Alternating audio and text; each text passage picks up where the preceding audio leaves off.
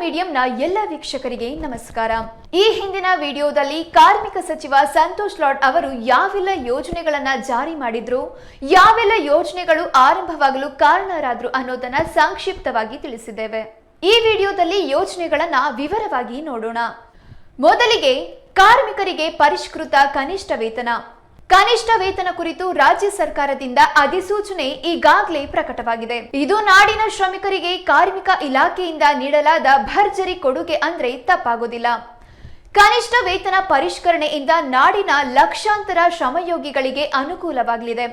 ಇಂತಹ ಕ್ರಮ ಜಾರಿಯಾಗುವುದರಲ್ಲಿ ಕಾರ್ಮಿಕ ಸಚಿವ ಸಂತೋಷ್ ಲಾಡ್ ಅವರ ಒತ್ತಾಸೆ ಮತ್ತು ಪರಿಶ್ರಮವಿದೆ.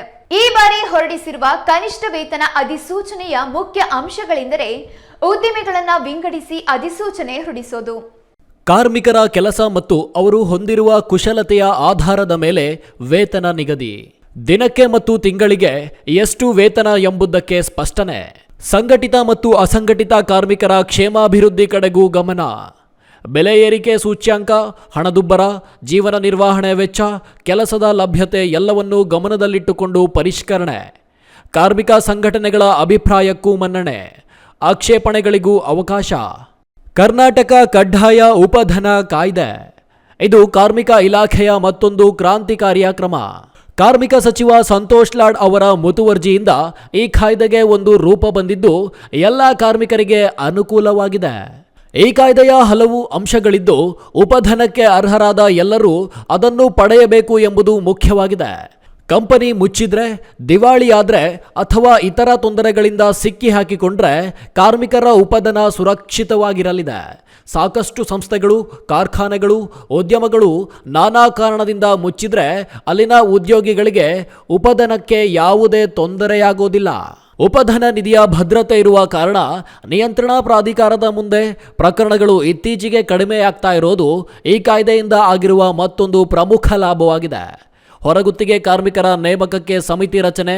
ನಮ್ಮ ಆರ್ಥಿಕತೆಯಲ್ಲಿ ಸಾಕಷ್ಟು ಕಾರ್ಮಿಕರು ಹೊರಗುತ್ತಿಗೆಯಲ್ಲೇ ಕೆಲಸ ಮಾಡ್ತಾ ಇರ್ತಾರೆ.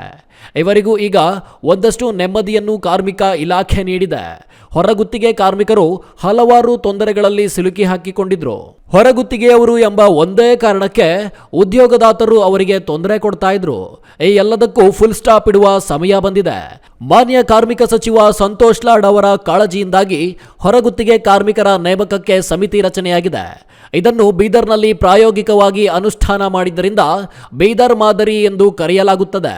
ಈ ಸಮಿತಿಯ ಪ್ರಮುಖ ಅಂಶಗಳು ಏನು ಎಂಬುದನ್ನು ನೋಡೋಣ. ಪ್ರತಿ ಜಿಲ್ಲೆಯಲ್ಲಿ ಹೊರಗುತ್ತಿಗೆ ಕಾರ್ಮಿಕರ ಸೇವೆ ಒದಗಿಸುವ ಸಮಿತಿ ರಚನೆ. ಇದರ ಮೂಲಕವೇ ಕಾರ್ಮಿಕರಿಗೆ ಸೇವೆ ಒದಗಿಸಲಾಗುವುದು. ರಾಜ್ಯದ ಎಲ್ಲ ಜಿಲ್ಲೆಗಳಿಗೂ ವಿಸ್ತರಿಸುವ ಮಹತ್ವದ ಉದ್ದೇಶವನ್ನು ಇಲಾಖೆ ಇಟ್ಟುಕೊಂಡಿದೆ. ಮೈಸೂರು, ಧಾರವಾಡ ಮತ್ತು ತುಮಕೂರು ಜಿಲ್ಲೆಗಳಲ್ಲಿ ಅನುಷ್ಠಾನಕ್ಕೆ ತರಲು ಯೋಜನೆ ರೂಪಿಸಲಾಗಿದೆ. ಉದ್ಯೋಗಾರ್ಹತೆ ಹೆಚ್ಚಿಸಲು ತರಬೇತಿ. ಕಾರ್ಮಿಕ ಇಲಾಖೆ ಜಾರಿ ಮಾಡುತ್ತಿರುವ ಮತ್ತೊಂದು ಮಹತ್ವದ ಕ್ರಮಗಳಲ್ಲಿ ಇದು ಒಂದು. ಎಷ್ಟೋ ಅಭ್ಯರ್ಥಿಗಳು ಶಿಕ್ಷಣ ಪಡೆಯುತ್ತಿರುತ್ತಾರೆ, ಆದರೆ ಅವರಿಗೆ ಸರಿಯಾದ ಕೆಲಸ ಸಿಗೋದಿಲ್ಲ. ಕಾರಣ ಅವರಿಗೆ ವಿದ್ಯಾರ್ಹತೆ, ಸರಿಯಾದ ಕೌಶಲ್ಯ ತರಬೇತಿ ಇಲ್ಲದೆ ಇರುವುದು.